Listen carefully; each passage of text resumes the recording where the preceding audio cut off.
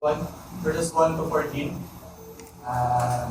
Yun po ang ating magiging passage for this afternoon. And I'll be reading po from Legacy Standard Bible. So, walang na po kayo. Ito ang hindi nagkakamali ng salita ng Diyos. John chapter 1, verses 1 to 14. In the beginning was the Word, and the Word was with God, and the Word was God. He was in the beginning with God.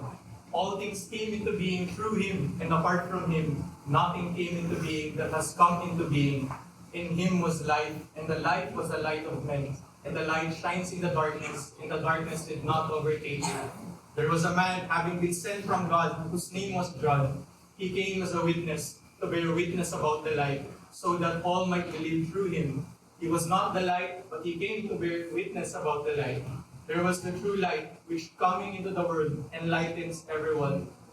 He was in the world, and the world was made through Him, and the world did not know Him. He came to what was His own, and those who were His own did not receive Him. But as many as received Him, to them He gave the right to become children of God, even to those who believe in His name, who were born not of blood, nor of the will of the flesh, nor of the will of man, but of God. And the Word became flesh, and dwelt among us, and we beheld His glory, glorious of the only begotten from the Father, full of grace and truth. Maraming salamat sa pagkakabasa ng kanyang salita. Kayo po'y makakaupo na. At tayo po'y dumakot sa ating buong panandali ang pananalangin. Let's pray. Aming dakilang Diyos na makapangyarihan sa lahat. Salamat po muli, Panginoon, sa pagkakataon na kami po'y mapag-aaral ng mga salita. Nawa, Panginoon, sa aming pong mapag-aaralan ngayong hapon, naway ito po'y makatulong po sa amin pong siya ng pumumuhay. At na rin po, Panginoon, sa amin po pagkakakilala sa iyo. Salamat po, Panginoon, sa ordinaryo po maraming biyaya na ito. Wala mang Panginoon na maitaas sa kongregasyon ng Reformed Baptist Church of Malabon. Paano na po, Panginoon Jesus. Amen. Amen. Happy Thursday po muli. Ang topic po natin ay continue po natin yung series natin sa ating 1689 Baptist Confession of Faith, chapter 8. And ngayon, tatay ako na doon sa paragraph 2. But to start doon sa ating pag-aaralan, yung doktrina patungkol kay Kristo have always been one of the most controversial issues in church history. The early church or early Christians had to convene 4 ecumenical councils, namely the Council of Nicaea, kung saan dinil yung heresy na Arianism, yung Constantinople, kung saan dinil yung Apollinarianism, sa Council of Ephesus, kung saan dinil naman yung Nestorianism, sinasabi na ang ating Panginoong Jesucristo ay dalawang persona, at sa Council of Chalcedon naman, yung Eutychianism, na minimix yung dalawang persons ni Christ. And to deal with various heresies about the person of Christ, which eventually led yung nauna sa Council of Nicaea, to which we all know, yung Nicene Creed, and yung sa Chalcedon, yung tinatawag na Chalcedonian Creed or Chalcedonian Decretum. But even after the Council of Chalcedon, the question of how we understand Christ did not go away. Nag-persist pa rin yung disputes pagdating kay Christ, especially sa mga taga-Alexandrian and even sa mga taga-Antioch, na magkaiba ng pananaw patungkol doon kay Kristo o sa kanyang pagiging tao at Diyos at tao. And these issues, I believe, ay present pa rin hanggang ngayon, especially here in the Philippines. We continue to encounter groups like those who deny the deity of Christ, the Iglesia ni Cristo and Jehovah's Witnesses.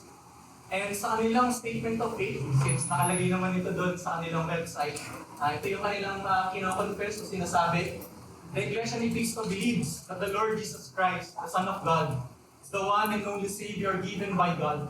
Christ is the sole mediator between God and men, and the only way to God. So, for the Iglesia ni Cristo, they also believe that our Lord Jesus Christ is the mediator between God and man.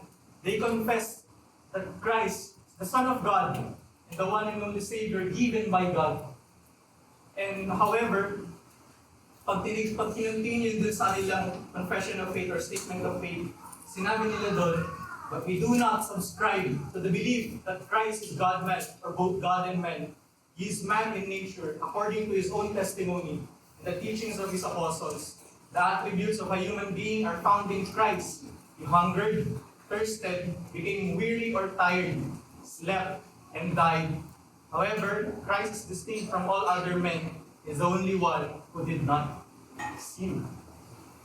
They treated our Lord Jesus Christ as mere man. The same with Jehovah's Witnesses when they said that we follow the teachings and example of Jesus Christ and honor Him as our Savior and as the Son of God. Thus, yung boldly na claim nila, we are Christians. However, we have learned from the Bible that Jesus is not Almighty God and that there is no scriptural basis for the Trinitarian doctrine. So, sa dalawang sekta na to, sa dalawang iglesia na dinedeny yung divinity ni Christ, they both confess, gaya na nabanggit ko po kanina, na mediator si Christ. Pero they treated Christ as distinct lang from all other men. Jesus is unique, kaya hindi siya nagkasala, and siya yung mediator natin. But for us, as Reformed Baptists, as part of sa umbrella ng Christendom, we have naman opposed to that blasphemous doctrine because we believe that the Son of God, as I read yung sa paragraph 2 natin sa chapter 8, sinabi doon, the Son of God, the second person in the Holy Trinity, being very and eternal God, the brightness of the Father's glory, of one substance and equal with Him, who made the world, who upholds and governs all things He has made, did, when the fullness of time was complete, take upon Him man's nature, with all the essential properties and common infirmities of it, yet without sin. Being conceived by the Holy Spirit in the womb of the Virgin Mary, the Holy Spirit coming down upon her, and the power of the Most High overshadowing her, and so was made of a woman of the tribe of Judah, the seed of Abraham and David, according to the Scriptures, so that two whole, perfect, and distinct natures were inseparably joined together in one person, without conversion, composition, or confusion, which person is very God and very man, and very Deus and very Homo, yet one Christ, the only mediator between God and man. Sa patungkol ng Kristo, ating sinasambit sa ating mga labi, na si Kristo ay hindi lamang basta tao, hindi lamang siya basta nanaparito upang tukdiin yung kalooban ng Ama, kundi siya ang Diyos na nag-incarnate upang tukdiin ang lahat ng ito. We confess that itong two natures ay yung distinct natures ni Christ ay bagamat mayroong distinction, yung divine and human, yet these two are inseparably joined together kay Christ. Walang conversion, walang composition, and walang confusion doon, or mixture doon sa distinct natures ni Christ. And for this, after na lamang po, ito lamang po yung ating magiging message, that rightly beholding the glory of the incarnate Son leads us into a deeper knowledge of Christ in a sweeter communion with God. Rightly beholding the glory of the incarnate Son, or the eternal Son, leads us into a deeper knowledge of Christ in a sweeter communion with God. Dahil sa doktrina na ating Diyos, na ating si Kristo ay Diyos at tao, mas pinapalalim nito yung ating pagkakakilala sa Kanya dahil alam natin na si Christ ang fountain ng lahat. At sa pamamagitan din ni Christ, kaya naging posible yung ating pakikipisan o yung ating communion muli sa ating Diyos. And ang tamang pananaw doon sa patungkol kay Kristo ay nagbubunga yun ng tama rin na aplikasyon sa ating buhay. And for this afternoon, we only have two main points. First, we'll discuss yung divine nature ni Christ, the Son before all things, as stated sa John chapter 1, verses 1 to 5. And then the next one, the Son tabernacled among us, in John chapter 1, verse 14. And sa ating pong panimula, sa ating main point 1, the Son before all things. Notice that both the prologue of the Gospel of John and the formulation of the historic creeds and even yung confession of faith begin with the pre-existence of Christ. In John chapter 1, verses 1 to 2, sinabi doon that in the beginning was the Word, and the Word was with God, and the Word was God. He was in the beginning with God. And sa Chalcedonian definition, they also confess, or we can confess this same creed, that we all with one accord teach men to acknowledge one and the same Son, our Lord Jesus Christ, at once complete in Godhead and complete in manhood, truly God and truly man, consisting also of a reasonable soul and body of one substance with the Father as regards his Godhead. Sa dulo, sinabi doon, Christ, the begotten of the Father before the ages, but yet as regards his manhood, begotten for us men and for our salvation. Sa Athanasian Creed, we believe and confess that our Lord Jesus Christ, God's Son, is both God and human equally.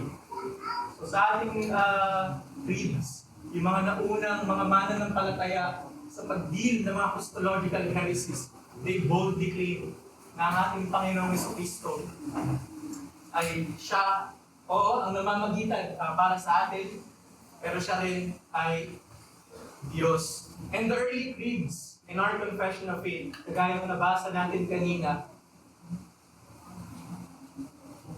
did not invent something new. Yung pattern na yun, try to notice, yung mga creeds, yung mga confessions, they followed the pattern of Scripture by beginning with the eternal Son before speaking of His incarnation. Laging sinisimulan ng mga creeds yung pagpatungkol kay Kristo ay yung kanyang divinity. That God, or that Jesus Christ, the Son of God, second person in the Holy Trinity, being very and eternal God. He is divine. He is the second person of the Trinity. And then afterwards, in sa John chapter 1, verse 14,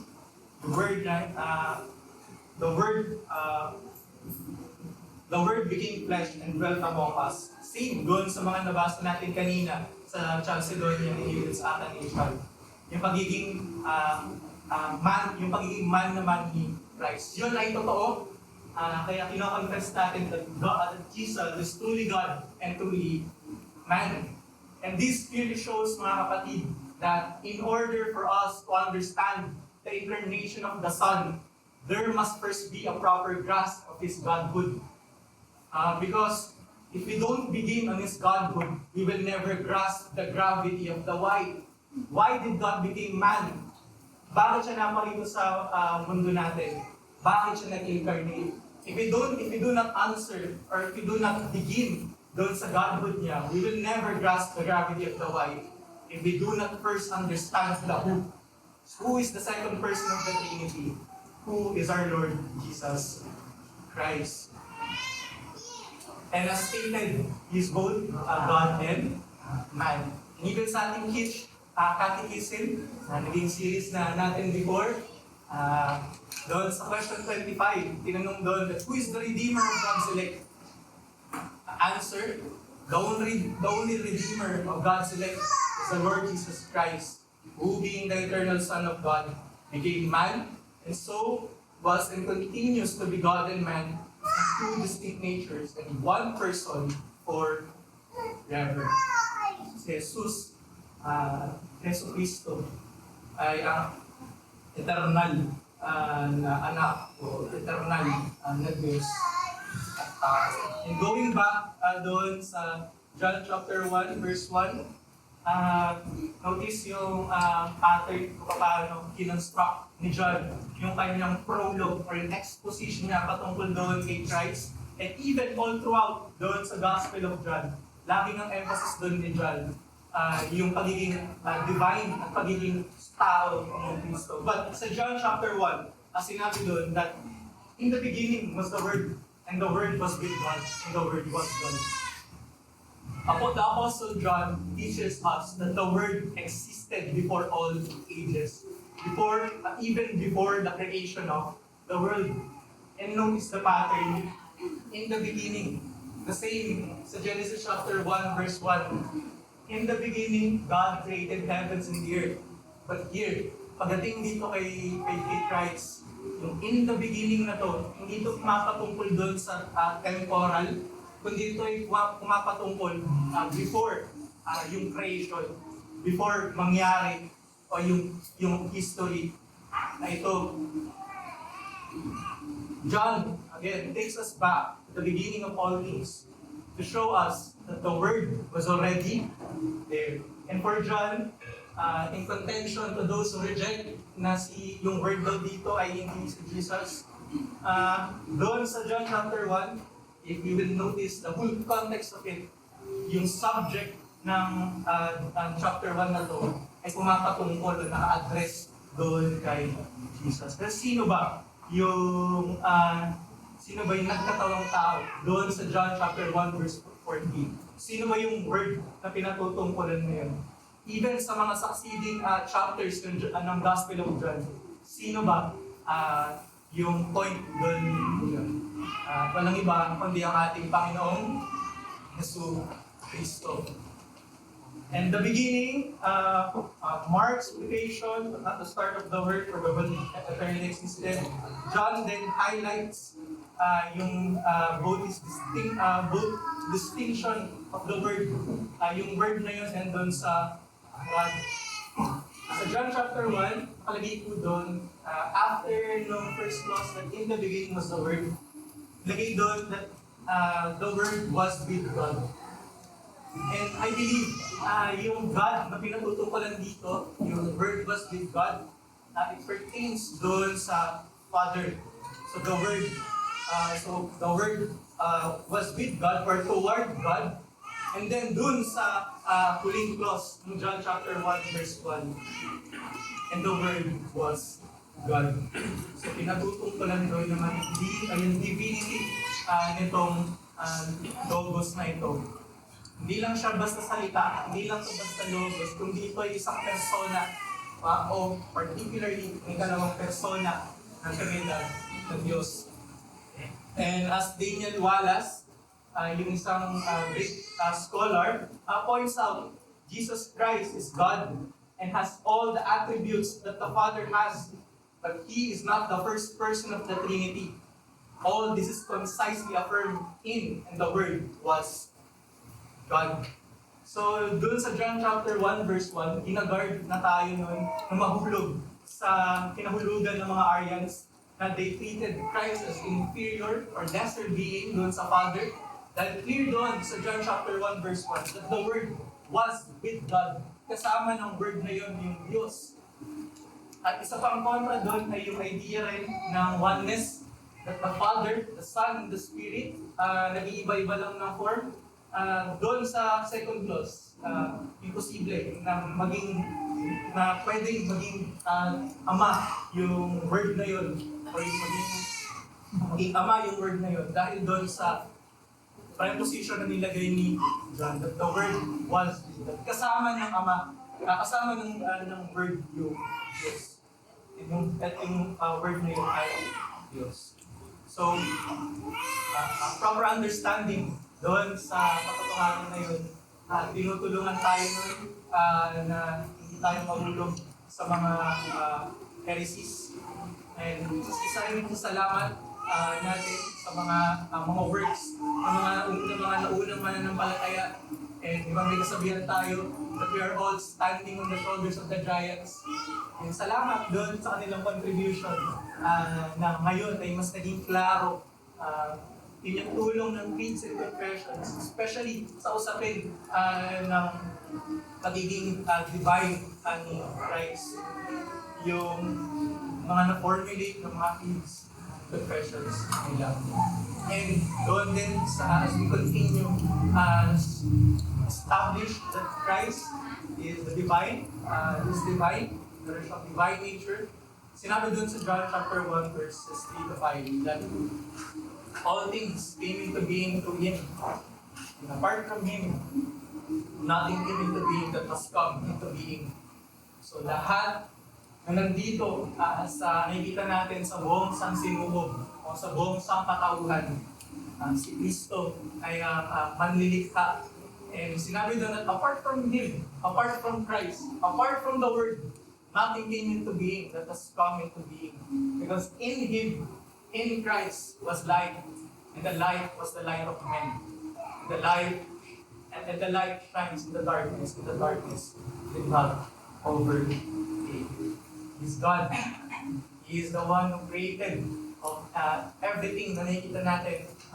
Mundong to, yung naging discussion natin sa chapter sa chapter 5, time or 4, yung regarding sa creation, present yung Trinitarian doon, yung Father, yung Son, yung Spirit. Pero emphasis dito ni John, pinapakita niya na even yung word na ito ay all things, lahat ng ito, lahat ng nakikita natin ay created by this. In Him was light, and the light was the light of men. And see, doon sa naging confession ni Paul, Colossians chapter 1, verses 15 to 17, Christ, who is the image of the invisible God, the firstborn of all creation. For in Him all things were created, both in the heavens and on earth, visible and invisible, whether thrones or dominions, or rulers or authorities. All things have been created through Him and for Him. He is before all things, and in Him all things hold together. So yung mga na-develop or yung mga confess ng mga early Christians, and we have this assurance, tayong comfort and assurance that our belief patungkol kay Kristo ay yun din yung kinonfess ng mga apostles and ng mga sumunod sa kanila or yung mga church patristics or apostolic fathers. And so, sa part ko na ito, yung relevance nito, like, so what if we know this doctrine, yung relevance nito sa atin, mga kapatid, understanding yung deity Christ or yung pagiging divine niya is not really a matter of getting our doctrine right. Yes, meron tayong comfort na tama yung doctrine natin patungkol kay Kristo. But this doctrine, I believe, also shapes the way we live. Because we do not serve a mere man. We do not labor for a religious teacher, kagaya ng mga pagan worshippers or pagan gods. Hindi lang religious teacher ang ating Panginoon. Hindi lang siya mere man. And we do not worship a created being. We serve the eternal Son of God Himself, the one who was with God and who is God. Therefore, whatever we do for Christ, let us do it faithfully, sincerely, and integrity. Because when we serve Christ, we are serving God Himself. We are serving God Himself. And to be specific sa atin, sa ating congregation, sa RBCM, for those who are working, whether you're a teacher, a VA, a nurse, or you're a businessman, remember that your labor is rendered unto God Himself. Yung isang commercial na para kanino gumubangon. For us Christians, bago na yung lente natin na ginagawa natin, yung mga yung kung saan tayo tinawag ng Panginoon para mag-excel tayo magbigay ng kapulihan sa Kanya.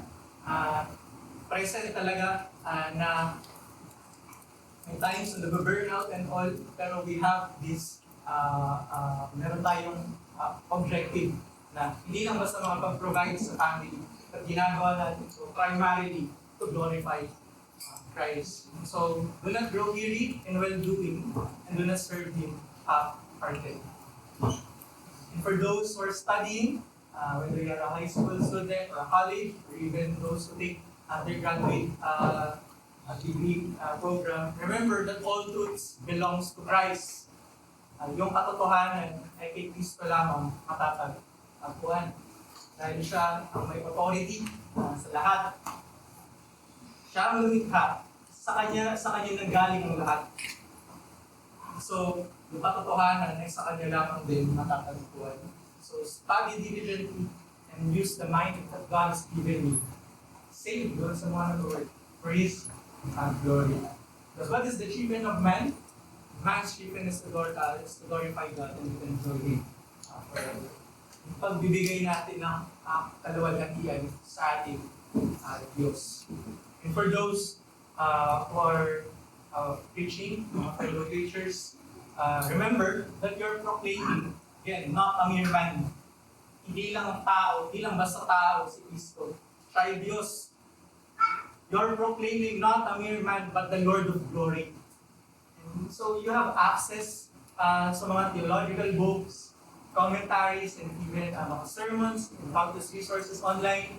Sa church natin, meron tayong YouTube channel, even din yung mga kung saan nakalagay yung handouts, and even yung iba pang mga websites na freely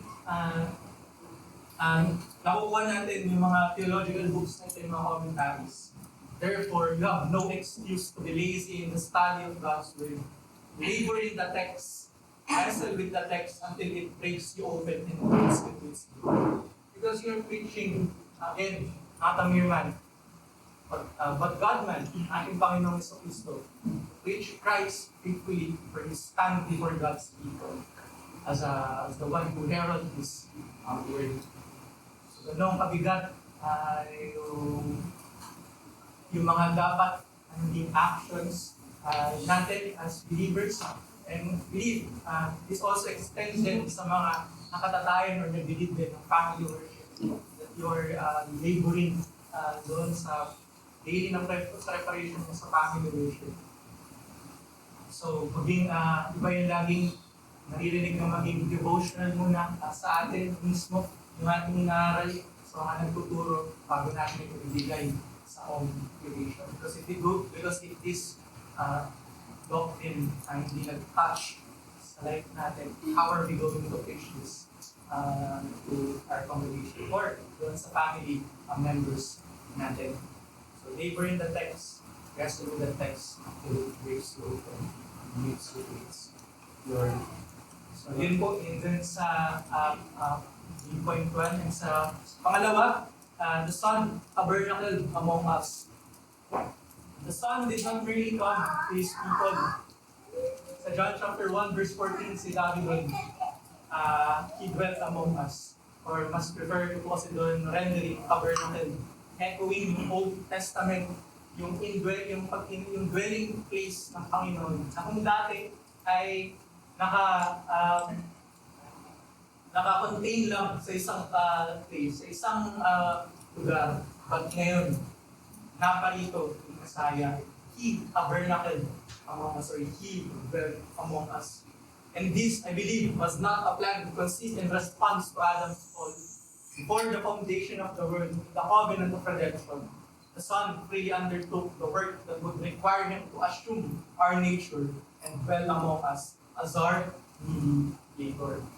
And so, as we nabanggit kanina, we established that if we are to get our Christology right, especially concerning Christ's office as mediator, we must first have a proper understanding of His Godhood. Yun yung naging point kanina.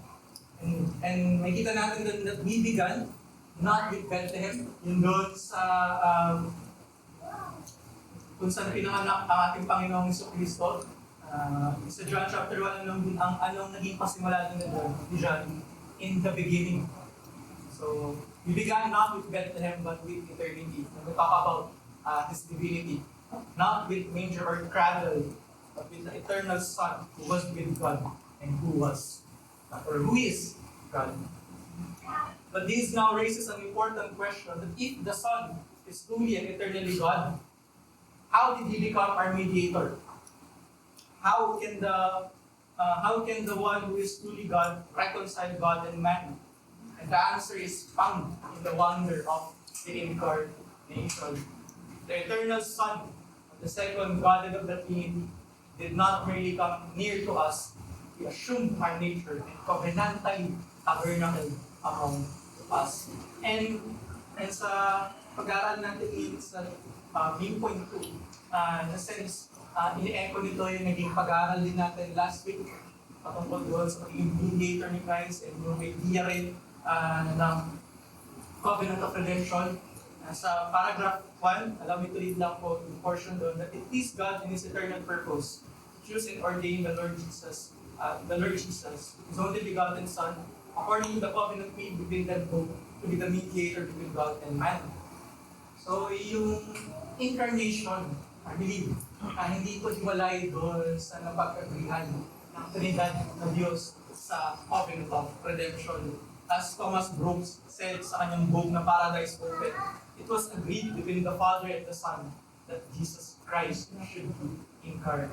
It was agreed upon because, kagaya ng nabanggit kanina sa lunch fellowship, that what Christ did not assume, He did not believe.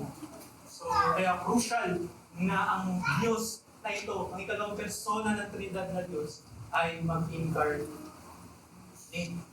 And sa confession of faith naman natin, doon pa rin sa paragraph chapter 8, sa paragraph 2, allow me to continue, did when the fullness of time was complete, take upon Him man's nature with all the essential properties and conform common infirmities of it, yet without sin. Did when the fullness of time was complete, meaning after yung purpose, sa covenant theology naman tayo, by further steps, revealed, progressively revealed, itong magiging mediator, itong federal head ng covenant of grace. As confessed in paragraph 2, did when the fullness of time was complete. The second person of the Trinity incarnated. Galatians 4 verse 4, sinabi doon, when the fullness of the time came, God sent forth His Son, born of a woman, born under the law. And so, the long-awaited Messiah, or the long-awaited incarnate Son, assumed human nature. All the promises, prophets of the Old Covenant came to their fulfillment.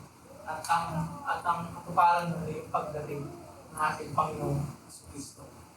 And this assumption, also for clarification, that this assumption of human nature is not a subtraction of His divinity, but rather an addition of it. So, hindi ba, dahil doon sa Philippians chapter 2, verses 6 to 7, dahil yung word daw doon na kenosis, hinubad ng Diyos sa kanyang pagiging pagka-Diyos, sinabi nila, believe, hindi yung point doon ni Paul. Sinabi doon ni Paul, let me read that, Christ Jesus, who, although existing in the form of God, did not regard equality with God a thing to be grasped, but emptied Himself. Yung word daw doon na empty is, yun nga po, hinubad ni Cristo ang kanyang pagiging pagka-Diyos. Pero if we continue doon sa 7, that emptied Himself by taking the form of a slave, by being made in the likeness of man. So, hindi niya hinubad ang kanyang pagiging Diyos, kundi siya yung nag-assume ng human nature. And this is what John in John chapter 1 verse 14. And the Word became flesh. Ang Diyos na ito na nagkatawang tao. And He beheld His glory, glorious of the only begotten from the Father, full of grace and truth. So totoo, yung pagiging tao ni Kristo, hindi siya yung kagaya din na dinil ng mga early Christians or yung mga kumontra na patungkol naman sa pagiging tao ni Kristo. So, tinitingnan nila si Christ as mere hologram.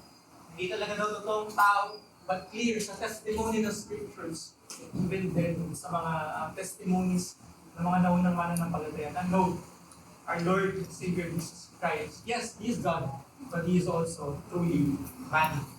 Siya ay totoo tao. At yung kanyang pagiging totoong tao, as stated doon sa ating confession of faith, our Lord Jesus Christ experienced the same infirmities that are common to us.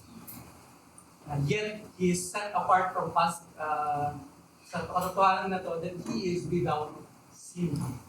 Ito naman sa Synoptic Gospels, makikita natin naka-experience si Christ ng hungerness, naka-experience si Christ ng fatigue, physical weaknesses, even pagkauhaw, even din yung sa temptations and yung sufferings niya na yung sakap na huwag na sana consuming. Lahat ng yun ay totoo.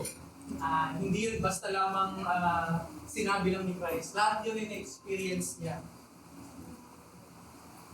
Kaya nakita natin na ang ating Diyos o si Cristo ay totoong tao. And sa Synoptic Gospels din, doon din natin makikita na Christ is being conceived by the Holy Spirit or the Holy Ghost in the womb of the Virgin Mary.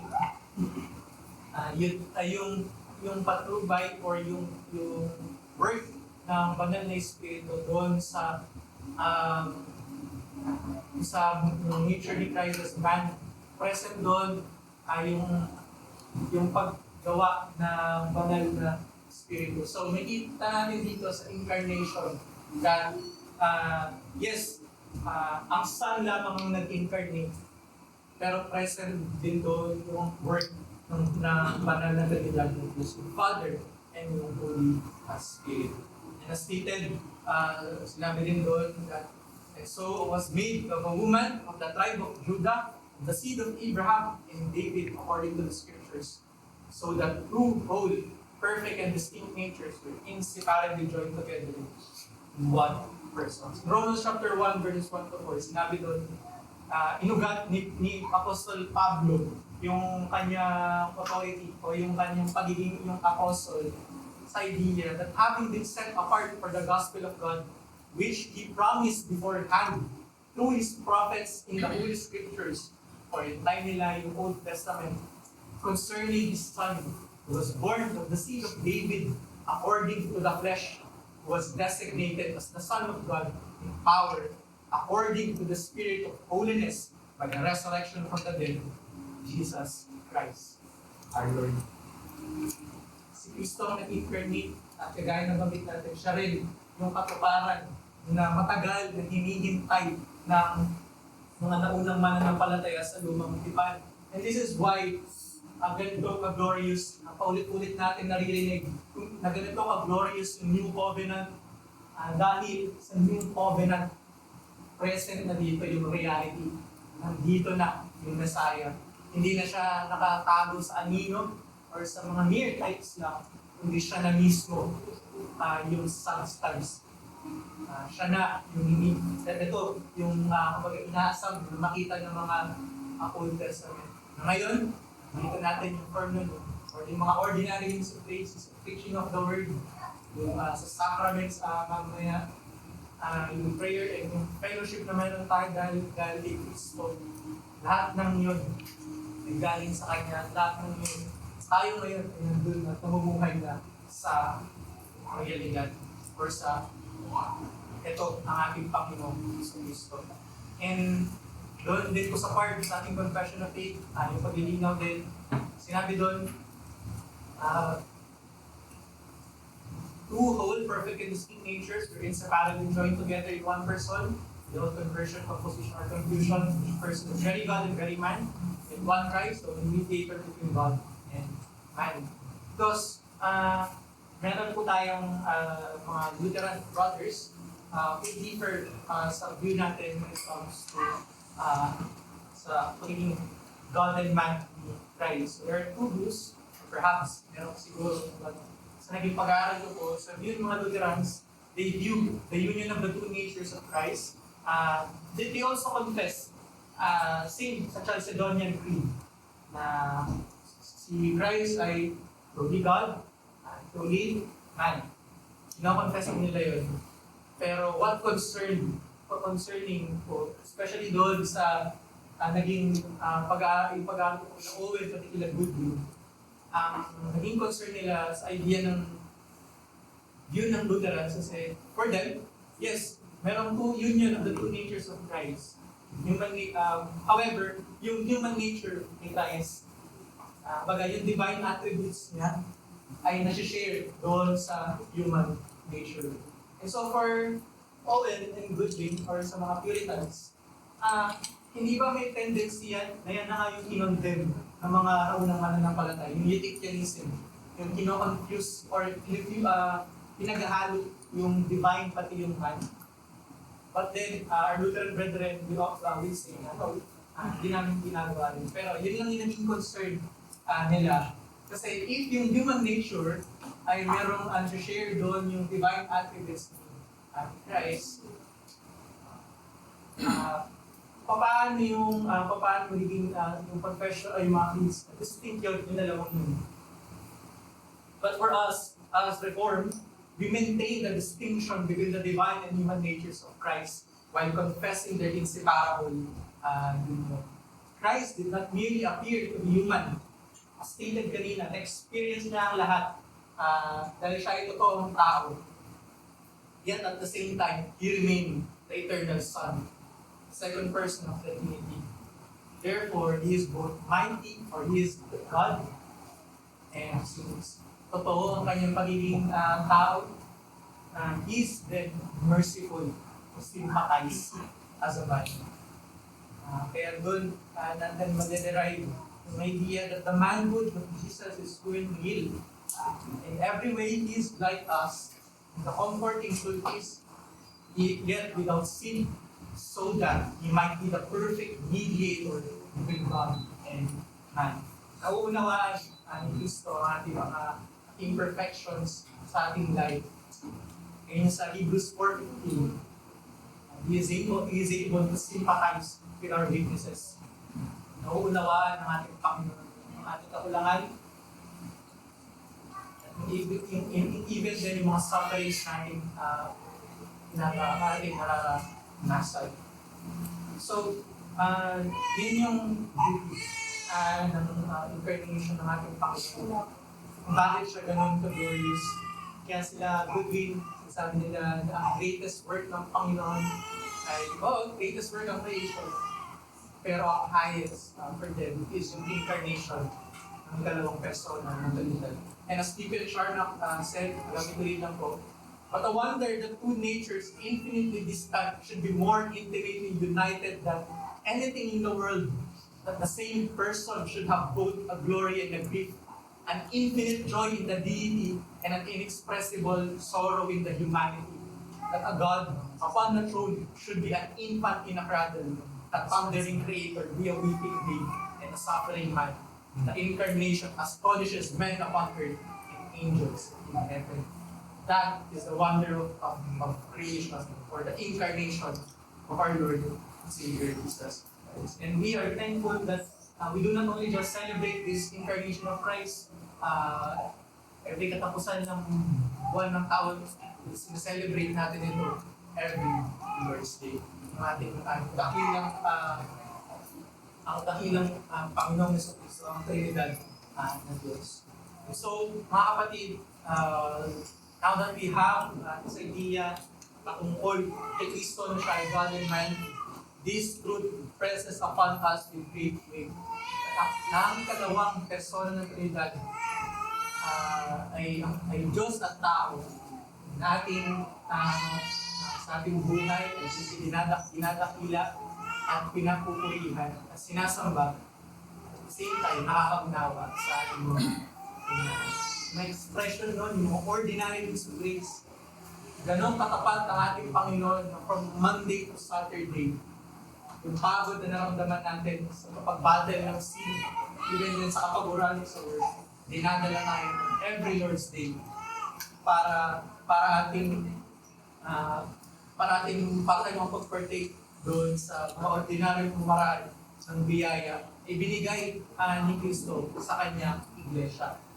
To sustain us, to nurture us, and for us to grow. Dahil ang ating sanctification, that is what we always emphasize, that our sanctification is not done apart from the church. Laging ang konteksto ng ating sanctification, yes, because of our individual sanctification, yung growth natin, yung duty natin, to mortify our sin daily and to vivification and grace. But ang emphasis then is yung importance ng ating weekly gathering. Hindi lang to again, basta command ng Panginoon for us to gather. But ito na yung bagong disposition na meron tayo. And we do this or we come every Lord's Day with a heart of gladness and joy that after nung week na yun, yun ang problema, dito tayo ngayon sa ating iglesia. And sabi nito, mas good will, heaven and earth met and kiss one another, namely God and man. God and man. This is the glorious truth of the incarnation of the Son. And I believe that yes, while we are thankful sa all yung spiritual blessings ay binigay sa atin ng Panginoong Jesucristo, yung salvation in Him, yet the highest blessing is not what He gives, but who He is. The reason why naging posible lahat ng ito ay dahil sa persona ng Panginoong Jesucristo.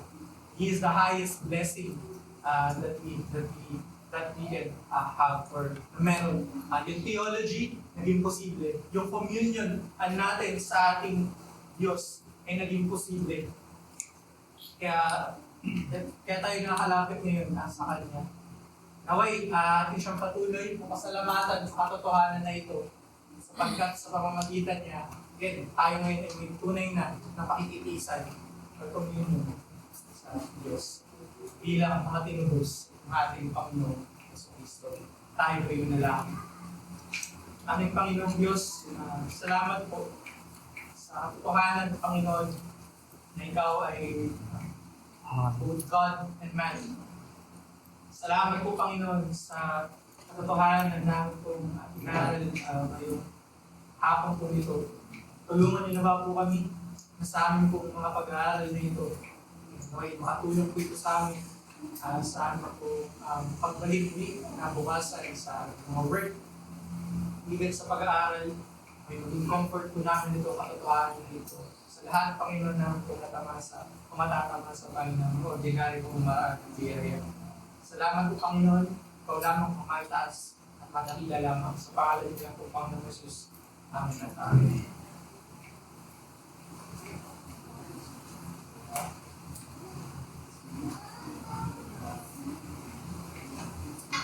Just a moment of silence, mga kapatid. Hayaan yung pagkuligulayan natin in a minute, yung salita ng Diyos. Sabi sa Habakkuk 2:20, but Yahweh is in His holy temple. Let all the earth be silent before Him.